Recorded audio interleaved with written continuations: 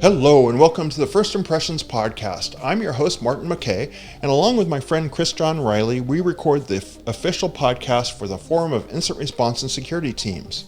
We look forward to seeing you this year at the 37th Annual FIRST Conference in Copenhagen, Denmark. The dates are June 22nd through June 27th, 2025. And now we join our interview in progress. Welcome to the show. This time, Martin and myself are talking to Cornelia Puhze from SWITCH-CERT. Also, Cornelia is the co-chair for the First SIG on human factors in security. Cornelia, welcome to the show. Hello, it's great to be here. You're going to be giving a talk at the upcoming FIRST conference in Copenhagen, talking about social engineering and the age of AI. Can you give us a quick rundown about what you're going to be covering in your talk? Sure. So basically, I'm from that little niche in the whole security domain called human-centered security. And I'll be talking about how we've basically kind of failed users in educating them about social engineering. And so what we're arguing is that so far we've mainly concentrated on trying to teach people to watch out for specific rule-based things such as, writing style, images, or those kind of things. But we've never really explained to them how social engineering actually works, kind of on the meta level. And if you look at it as something that's as old as humankind, basically trying to trick people, it's much easier to defend it, and it's much easier to develop effective training, which basically looks at how we get manipulated, and that's nothing technical at all, or nothing to do with technology, but it's basically using emotions to manipulate us.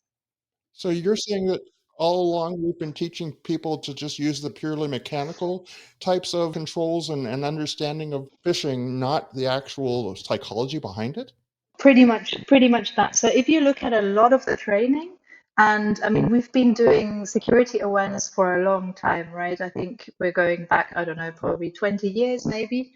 And if you look at the amount that is being invested in security awareness training, it's actually quite a lot.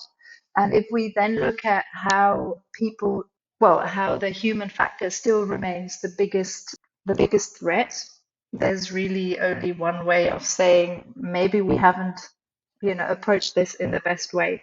And social engineering is obviously just one aspect of how attackers get in, which we call sort of the defense side of things. So how can we teach people to become more resilient? And obviously there's also the prevention side. And in my talk, I'll be only talking about social engineering and kind of teaching people how to defend themselves against social engineering attacks.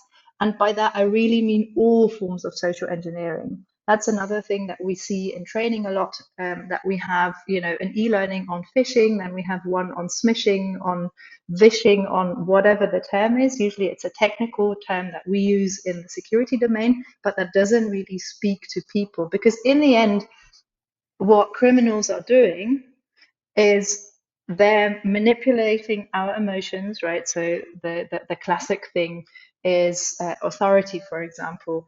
The CEO scam works that way, where you just put on a lot of pressure and you override the critical system one thinking. If we go with the very basics of behavioral psychology that has been around for quite some time, the most famous researcher being Daniel Kahneman, who introduced this idea that we as humans have two ways of thinking. So we have system one thinking, which is the most prevalent way of thinking, which is emotional, reactive, and automatic.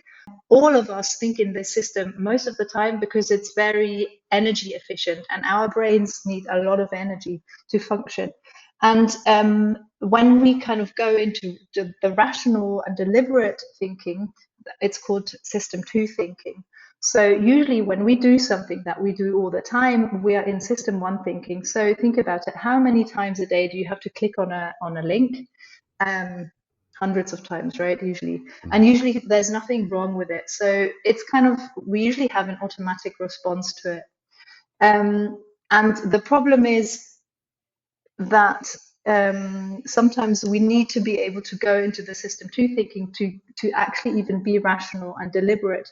And so if we look at social engineering attacks, criminals are the good ones, especially when they do it over the phone or with the face swapping that you can now do very easily to enter video calls, video conferences.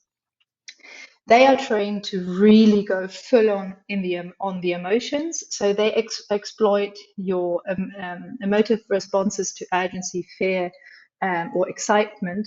And that way you're really trapped in the system one thinking. So you just react and you don't have access to the rational system two thinking where you would go, oh, hang on a second. Is this even plausible? Does this make sense? I'm feeling a lot of pressure here. Maybe I should step back from this. And that's basically what people like myself are sort of advocating for, to teach people the adversarial mindset, which is a very common principle, I think, in the cyber domain, but to teach them the adversarial mindset of social engineering, where you say, okay, so criminals exploit the emotions, they also exploit the workplace dynamics. So very often we're in an environment with very tight deadlines. We rely on email a lot. We also trust in authority a lot. Depending on the environment, sometimes it's even really bad to question authority. So you would never dare to ask back and say, hey, did you really write this email? Or are you really on this call? Or boss, are you really, asking me for what I'm supposed to be doing? And of course, the whole part of OSINT that has become much, much cheaper and much more automated in this day and age of Gen AI being so widely available. So the way around it is really to teach people a lot more about how criminals work, the tricks they're using, and maybe also to do this in a way that uses a lot less sort of IT jargon or IT security jargon even, and just teach this in a way so that people learn this just the way that people have been learning this all along in the analog world. And it's just, the problem now is it's just much harder to spot, and people, for whatever reason, are kind of more trustworthy in the digital space than they are in the analog world. Talking about the system one, system two, and changing a little bit of how we teach people about scams online in the new age.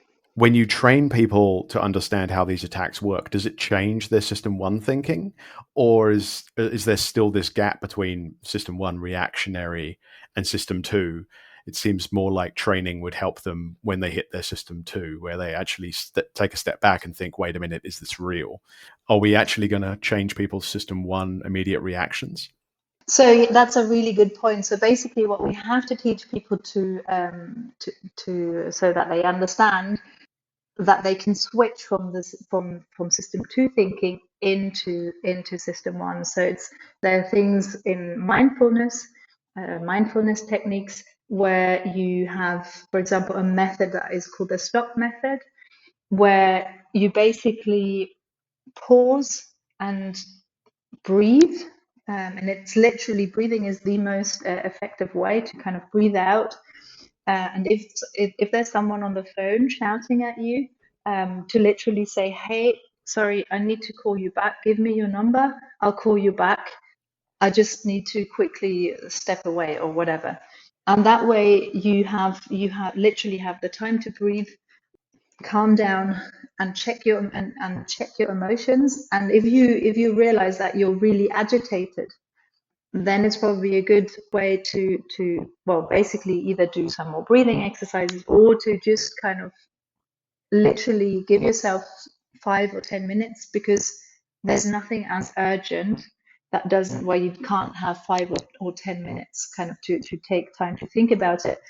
And then in that time to check a different channel, or basically ask someone close by, look, I just had this phone call, or this person just is just standing outside, and this person wants this, but I'm not sure. Can you go through this with me and double check whether this is plausible or not? And that way you kind of teach people to step away, to basically step away from being manipulated. It's really interesting because my uncle, who's in his late 70s, he recently got scammed with like one of the cryptocurrency scams.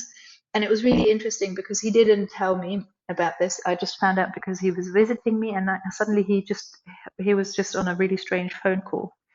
And I kind of eavesdropped on him. And then afterwards I said, "Sorry, who are you talking to?" But the interesting thing that he said was, as he was transferring the money, he kind of realized, or even before, he kind of thought he realized that this is some sort of a scam, but he wasn't quite sure. And because he had already kind of invested at an earlier time, he kind of tried to get that money back, right?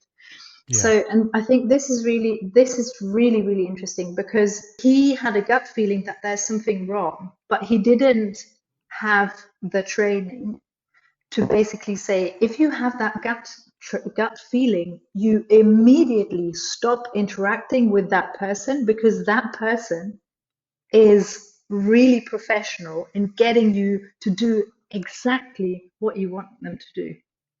And I think that's there's a study about this as well, which is really interesting. Talked to a lot of people who've been scammed, and most of them said they had sort of a feeling that they are being scammed, but still fell for it, right?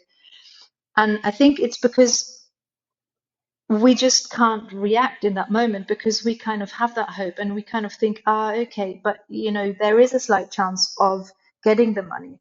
And these people are really trained to get us to basically give them our money or whatever. And I think only if we really teach and I mean, this is in a way a very strict rule to say, whenever you have that gut feeling, you break off the phone call, or you break off the contact that you have, and get that pause and then act on it later. And obviously that requires, in an organizational context, that also requires a change of culture. I have to ask, Cornelia, how many of us who've been in this industry for years have made that switch from it being a system 2 type thinking to being system 1, where we look and automatically kind of make that pause? And because of that, we never think of teaching that to the end user, to teaching that to the people that we're working with, because we automatically think about it. We expect them to do the same. I think there's definitely some truth in it, because I don't have a technical security background, and I've only been working in this domain for probably 3.5 years or something like that. And my friends who are non-techies and non-security people, they all joke about how I've become the most paranoid person they know. And I used to joke about it, how everyone in security is so paranoid, and I'm one of them. Totally, I think you're right about it, that now when I get something, or even someone tries to approach me in the workplace who I haven't seen, like, I'm just really suspicious. In general, I'm not sure if that's a nice thing as a general feeling in life, that you're always like walking around and you're always a bit paranoid and you always think like, oh, someone is trying to, I don't know, attack me. But that's a different different question. I don't know whether you read about Troy Hunt, who runs Have I Been Pawned, and he was really badly pawned himself. Yeah, I heard about that. Yeah, of course, yeah. And I really, like, first of all, I thought it was really great the way that he made it public immediately. And I think the most interesting thing that he says is, and I'm going to quote him just because I love it so much. He says, "I've received a gazillion similar phishes before that I've identified early. So what was different about this one? Tiredness was a major factor. I wasn't alert enough, and I didn't properly think through what I was doing."